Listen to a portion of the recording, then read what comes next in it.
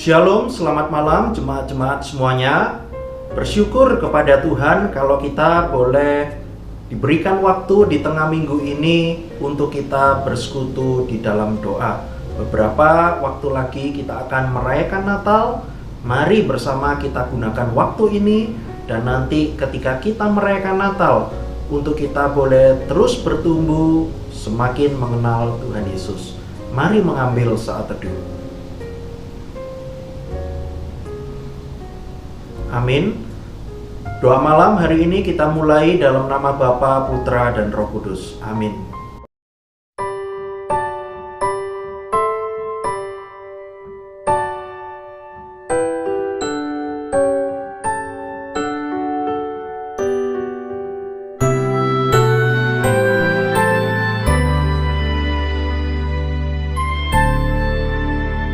Hai, mari berhimpun dan bersukaria, turut semua ke Betlehem. Marilah pandang Tuhan Raja Sorga, sembah dan puji Dia, sembah dan puji Dia, sembah dan puji Dia, Sang Raja.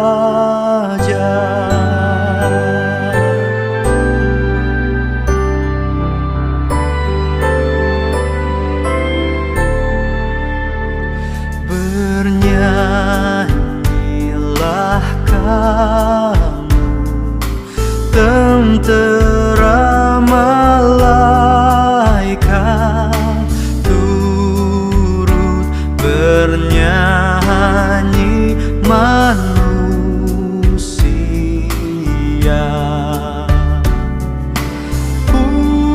Pujilah Tuhan, Juru Selamat dunia, sembah dan puji Dia, sembah dan puji Dia, sembah dan puji Dia, Sang Raja.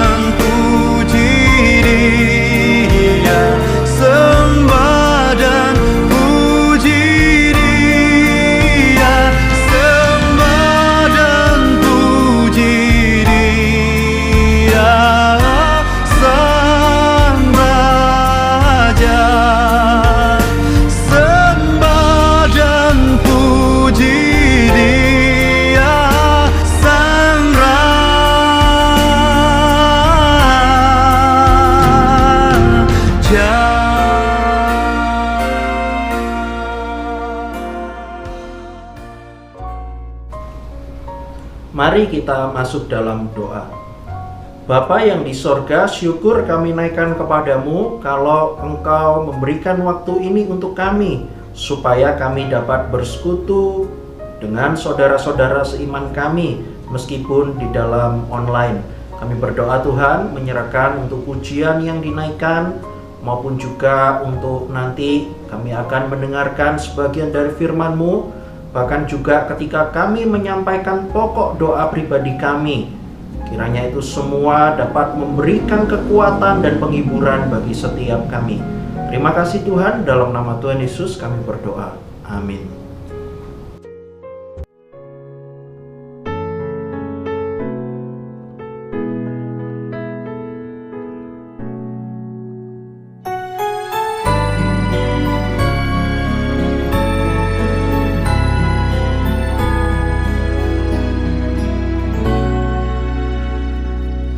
Dari pulau dan benua terdengar selalu terus lagu pujian semua bagi nama penebus.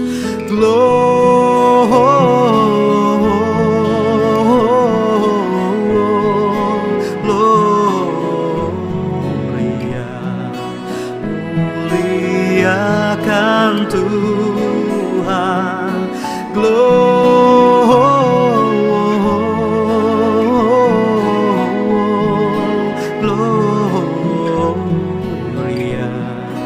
muliakan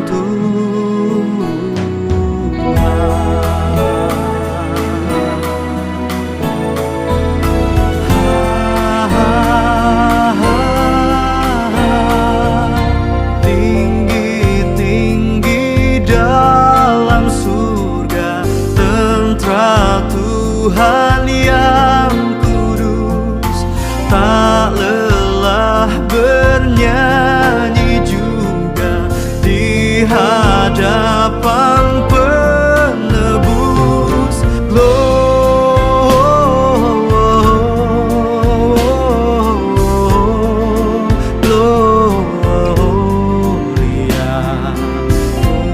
muliakan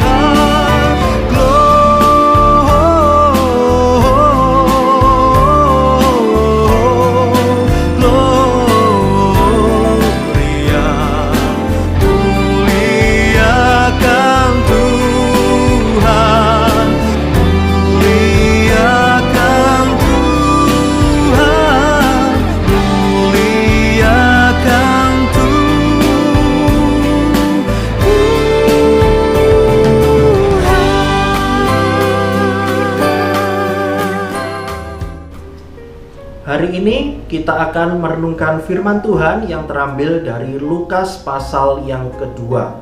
Terlebih dahulu mari kita dengarkan Alkitab Suara yang saya ambil dari Lukas pasal kedua. Pada waktu itu Kaisar Agustus mengeluarkan suatu perintah, menyuruh mendaftarkan semua orang di seluruh dunia. Inilah pendaftaran yang pertama kali diadakan sewaktu Kirenius menjadi wali negeri di Syria. Maka pergilah semua orang mendaftarkan diri masing-masing di kotanya sendiri. Demikian juga Yusuf pergi dari kota Nazaret di Galilea ke Yudea, ke kota Daud yang bernama Bethlehem, karena ia berasal dari keluarga dan keturunan Daud, supaya didaftarkan bersama-sama dengan Maria, tunangannya yang sedang mengandung. Ketika mereka di situ, tibalah waktunya bagi Maria untuk bersalin. Dan ia melahirkan seorang anak laki-laki, anaknya yang sulung. Lalu dibungkusnya dengan lampin dan dibaringkannya di dalam palungan, karena tidak ada tempat bagi mereka di rumah penginapan. Di daerah itu ada gembala-gembala yang tinggal di padang menjaga kawanan ternak mereka pada waktu malam. Tiba-tiba berdirilah seorang malaikat Tuhan di dekat mereka, dan kemuliaan Tuhan bersinar meliputi mereka dan mereka sangat ketakutan. Lalu kata malaikat itu kepada mereka, "Jangan takut, sebab sesungguhnya aku memberitakan kepadamu kesukaan besar untuk seluruh bangsa. Hari ini telah lahir bagimu juru selamat, yaitu Kristus, Tuhan, di kota Daud. Dan inilah tandanya bagimu.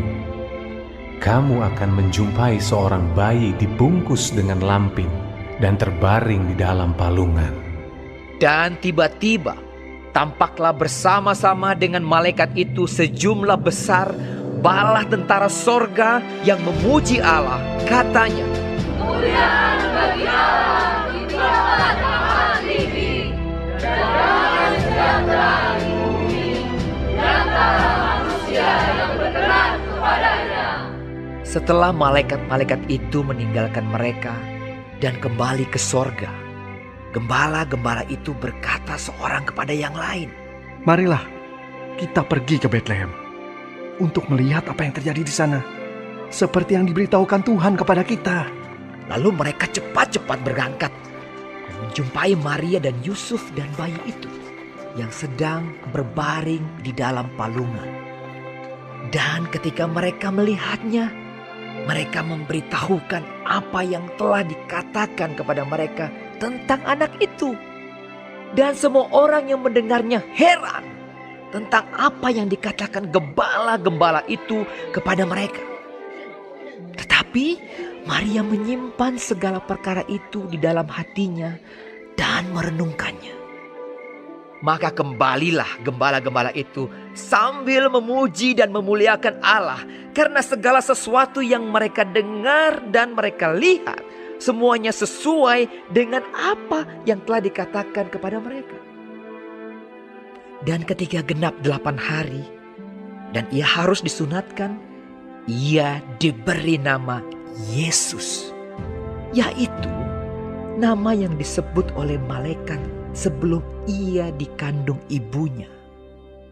Dan ketika genap waktu pentahiran, menurut hukum Taurat Musa, mereka membawa dia ke Yerusalem untuk menyerahkannya kepada Tuhan. Seperti ada tertulis dalam hukum Tuhan, semua anak laki-laki sulung harus dikuduskan bagi Allah. Dan untuk mempersembahkan korban menurut apa yang difirmankan dalam hukum Tuhan, yaitu sepasang burung tekukur atau 2 ekor anak burung merpati. Adalah di Yerusalem seorang bernama Simeon. Ia seorang yang benar dan saleh yang menantikan penghiburan bagi Israel. Roh Kudus ada di atasnya, dan kepadanya telah dinyatakan oleh Roh Kudus bahwa ia tidak akan mati sebelum ia melihat Mesias, yaitu dia yang diurapi Tuhan. Ia datang ke bait Allah oleh Roh Kudus. Ketika Yesus anak itu dibawa masuk oleh orang tuanya untuk melakukan kepadanya apa yang ditentukan hukum Taurat, ia menyambut anak itu dan menatangnya sambil memuji Allah. Katanya, "Sekarang Tuhan, biarkanlah hamba-Mu ini pergi dalam damai sejahtera, sesuai dengan firman-Mu. Sebab mataku telah melihat keselamatan yang daripada-Mu, yang telah Engkau sediakan di hadapan segala bangsa, yaitu terang yang menjadi penyataan bagi bangsa-bangsa lain dan menjadi kemuliaan bagi umat-Mu Israel. Dan bapa serta ibunya amat heran akan segala apa yang dikatakan tentang Dia. Lalu Simeon memberkati mereka dan berkata kepada Maria, ibu anak itu, Sesungguhnya anak ini ditentukan untuk menjatuhkan atau membangkitkan banyak orang di Israel, dan untuk menjadi suatu tanda yang menimbulkan perbantahan, dan suatu pedang akan menembus jiwamu sendiri, supaya menjadi nyata pikiran hati banyak orang. Lagi pula di situ ada Hana, seorang nabi perempuan, anak Fanuel dari suku Asher. Ia sudah sangat lanjut umurnya. Sesudah kawin ia hidup 7 tahun lamanya bersama suaminya. Dan sekarang ia janda dan berumur 84 tahun. Ia tidak pernah meninggalkan bait Allah dan siang malam beribadah dengan berpuasa dan berdoa. Dan pada ketika itu juga datanglah ia ke situ dan mengucap syukur kepada Allah dan berbicara tentang anak itu kepada semua orang yang menantikan kelepasan untuk Yerusalem. Dan setelah selesai semua yang harus dilakukan menurut hukum Tuhan, kembalilah mereka ke kota kediamannya, yaitu kota Nazaret di Galilea. Anak itu bertambah besar dan menjadi kuat, penuh hikmat dan kasih karunia Allah ada padanya. Tiap-tiap tahun orang tua Yesus pergi ke Yerusalem pada hari raya Paskah. Ketika Yesus telah berumur 12 tahun, pergilah mereka ke Yerusalem seperti yang lazim pada hari raya itu. Sehabis hari-hari perayaan itu, ketika mereka berjalan pulang, tinggallah Yesus di Yerusalem tanpa diketahui orang tuanya. Karena mereka menyangka bahwa ia ada di antara orang-orang seperjalanan mereka. Berjalanlah mereka sehari perjalanan jauhnya, lalu mencari Dia di antara kaum keluarga dan kenalan mereka. Karena mereka tidak menemukan Dia, kembalilah mereka ke Yerusalem sambil terus mencari Dia. Sesudah 3 hari mereka menemukan Dia dalam bait Allah. Ia sedang duduk di tengah-tengah alim ulama sambil mendengarkan mereka dan mengajukan pertanyaan-pertanyaan kepada mereka. Dan semua orang yang mendengar Dia sangat heran akan kecerdasannya dan segala jawab yang diberikannya. Dan ketika orang tuanya melihat Dia, tercenganglah mereka. Lalu kata ibunya kepadanya, Nak, mengapakah engkau berbuat demikian terhadap kami? Bapamu dan aku dengan cemas mencari engkau. Jawabnya kepada mereka, Mengapa kamu mencari aku? Tidakkah kamu tahu bahwa aku harus berada di dalam rumah Bapakku? tetapi mereka tidak mengerti apa yang dikatakannya kepada mereka. Lalu ia pulang bersama-sama mereka ke Nazaret, dan ia tetap hidup dalam asuhan mereka. Dan ibunya menyimpan semua perkara itu di dalam hatinya. Dan Yesus makin bertambah besar dan bertambah hikmatnya dan besarnya, dan makin dikasihi oleh Allah dan manusia. Bapak Ibu jemaat sekalian, kita tadi sudah mendengarkan Alkitab Suara yang terambil dari Lukas pasal yang kedua. Kalau hari Rabu yang lalu di dalam persekutuan doa malam, kita sudah belajar melalui tokoh Simeon.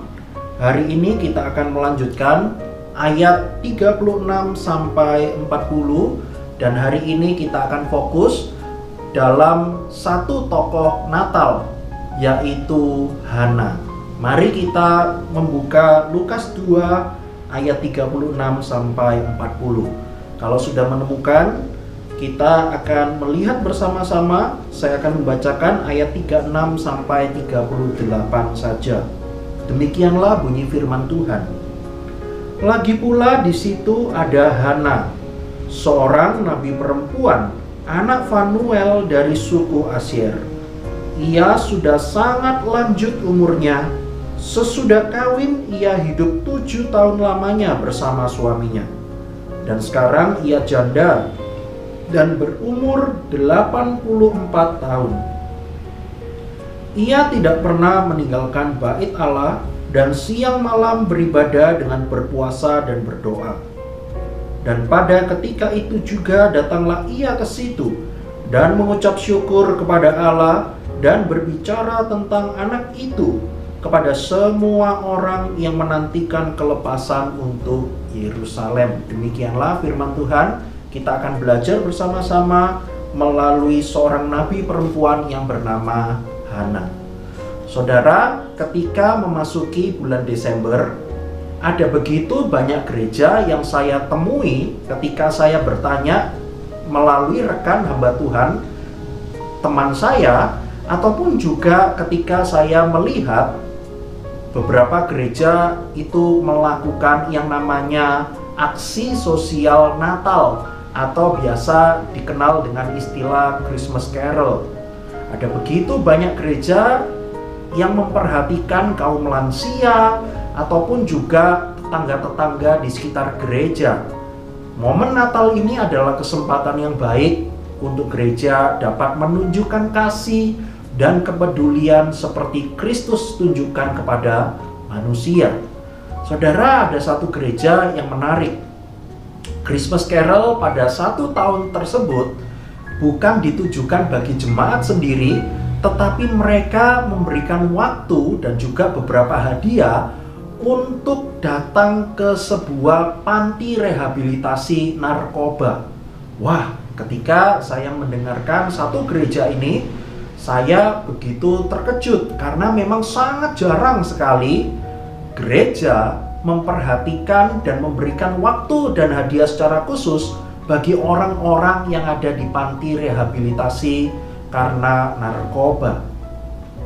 Satu kali ketika pendeta dan juga beberapa orang pengurus pada saat itu melakukan Christmas Carol, terjadilah percakapan sebelum menyampaikan hadiah dan pemberian kepada orang-orang di sana.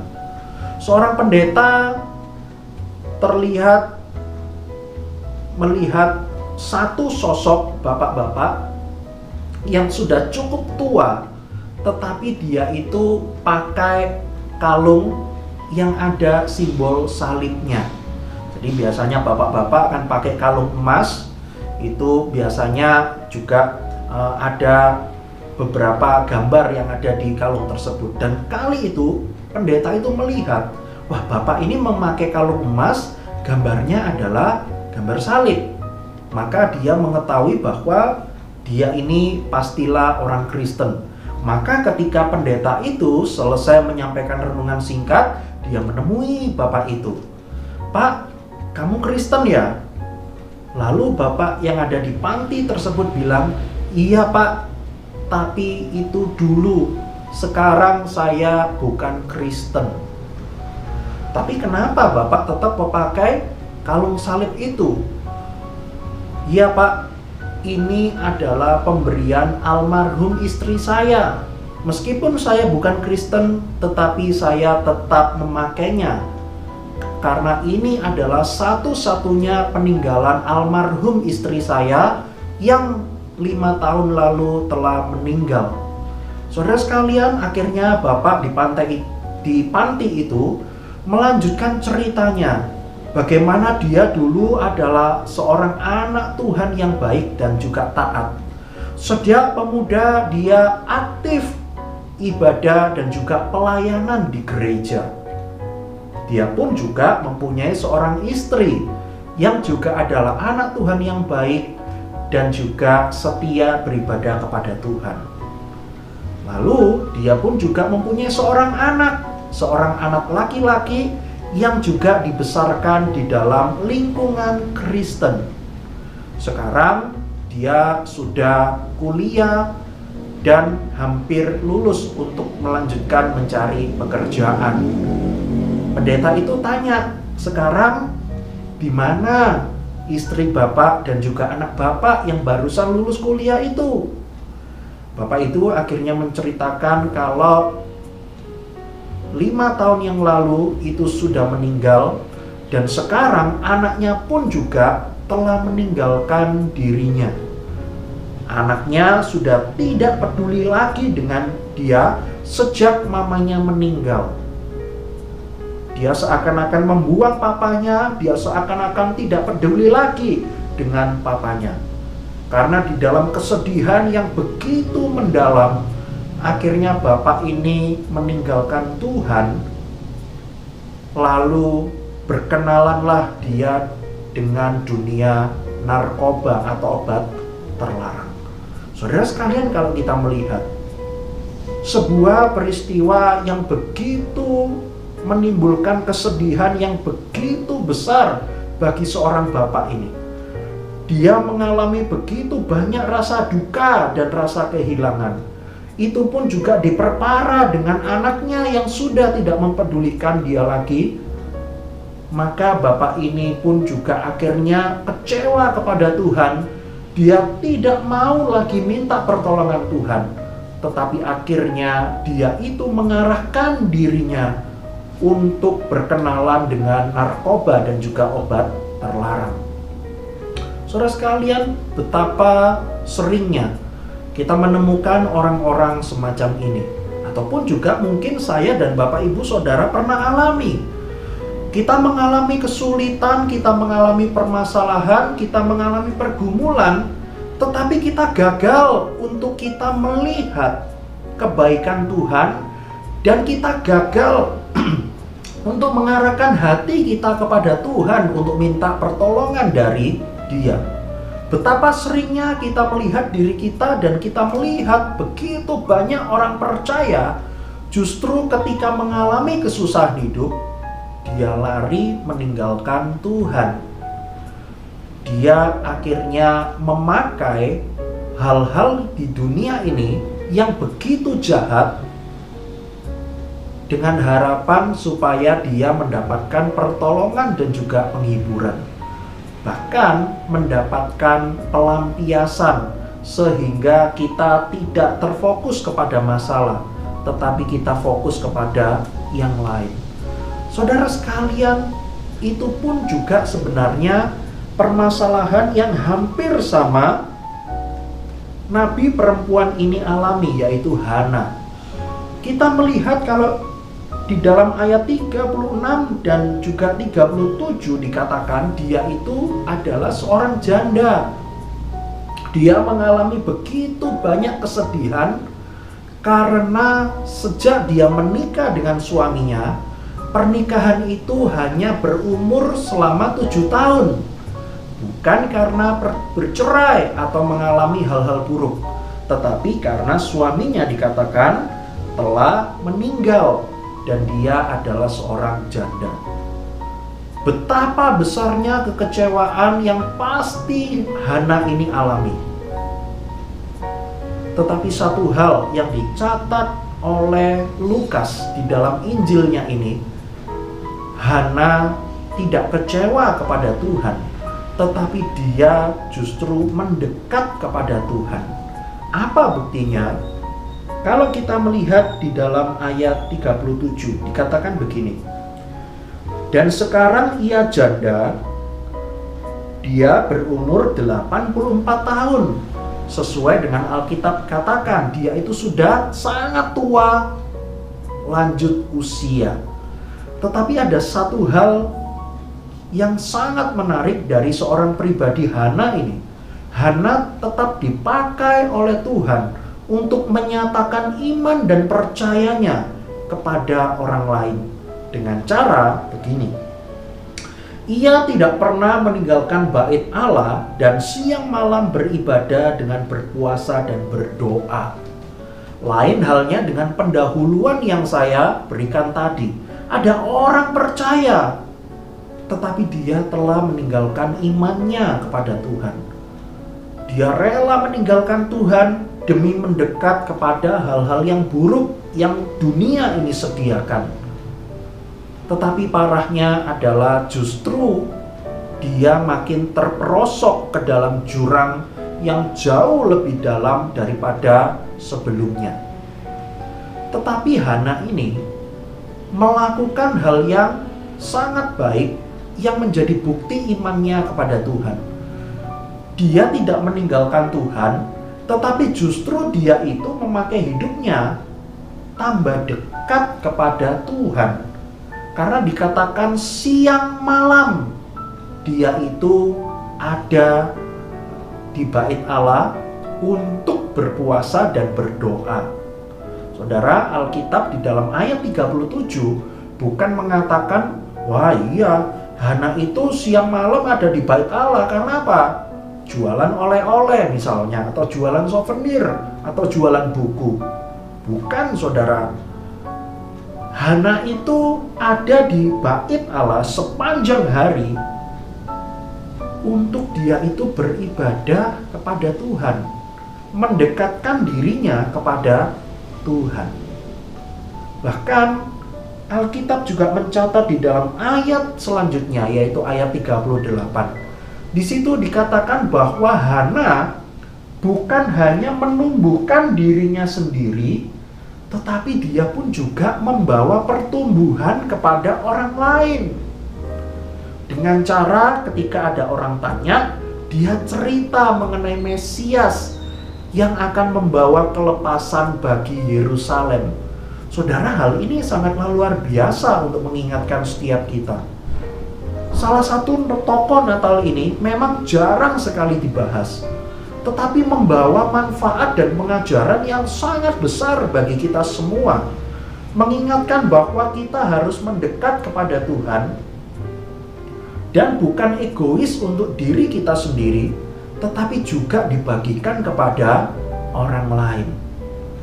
Beberapa waktu yang lalu saya pun juga mendapatkan sebuah kabar dengan teman lama saya ketika saya sekolah. Saudara, ketika itu kami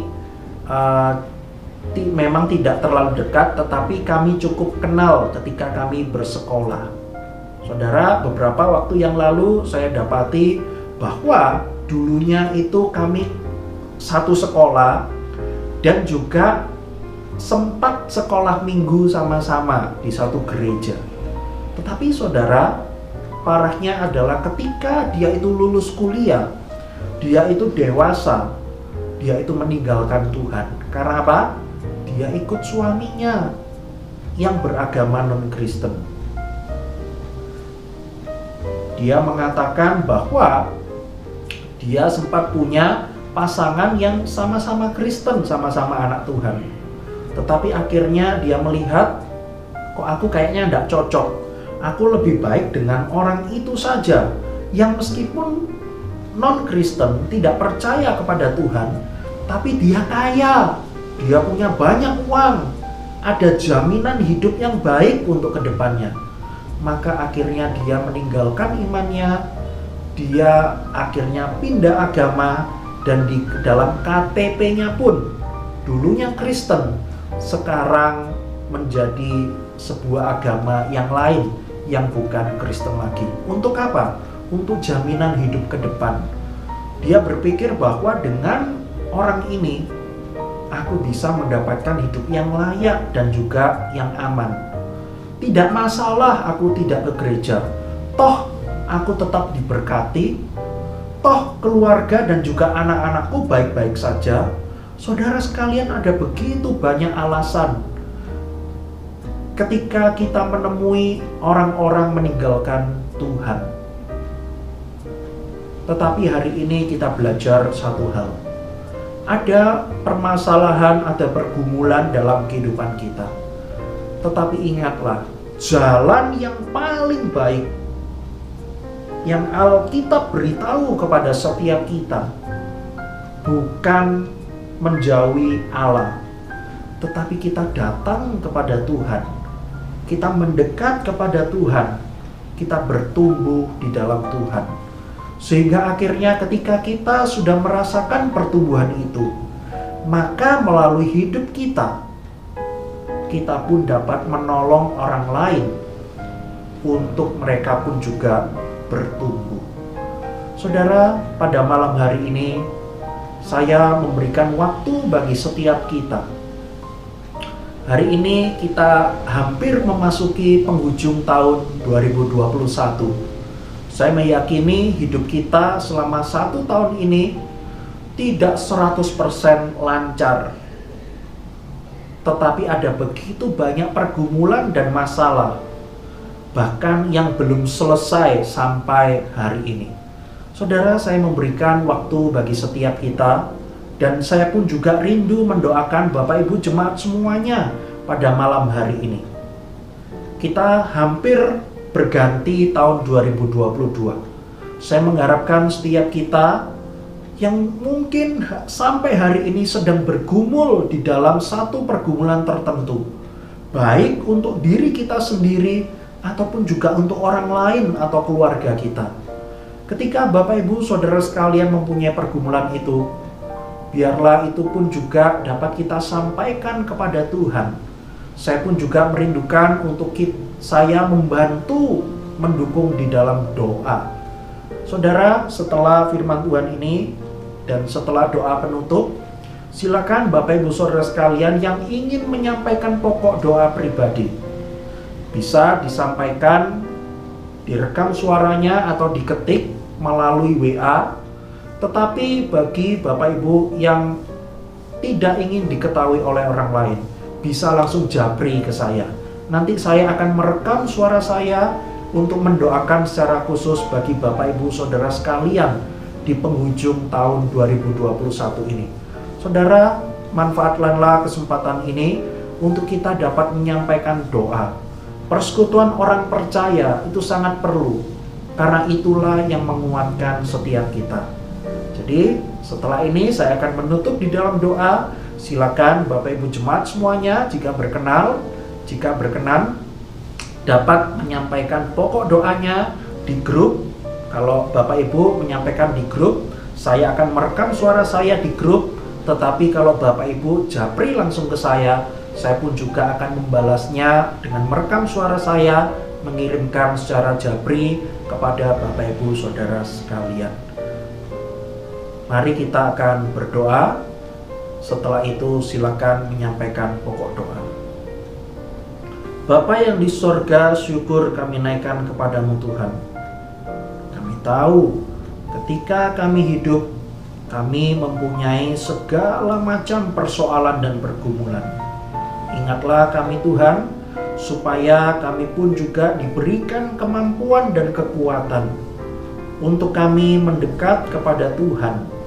Tidak memakai cara-cara dunia yang jahat untuk mendapatkan pertolongan dan penghiburan. Tapi biarlah melalui dirimu saja Tuhan, kami mendapat pertolongan dan penghiburan yang kekal. Karena Engkau sudah mengirimkan Tuhan Yesus bagi setiap kami. Dan itulah yang menjadi penghiburan terbesar bagi kami. Tuhan, kami berdoa menyerahkan untuk waktu doa malam ini selanjutnya. Kami akan menyampaikan beberapa pokok doa secara pribadi kami. Kiranya pakai Tuhan untuk momen ini menjadi pertumbuhan rohani bagi setiap kami, menjelang kami berganti dan memasuki tahun yang baru, tahun 2022. Terima kasih Tuhan, dalam nama Tuhan Yesus kami berdoa. Amin. Silakan mengambil saat teduh, Tuhan Yesus memberkati.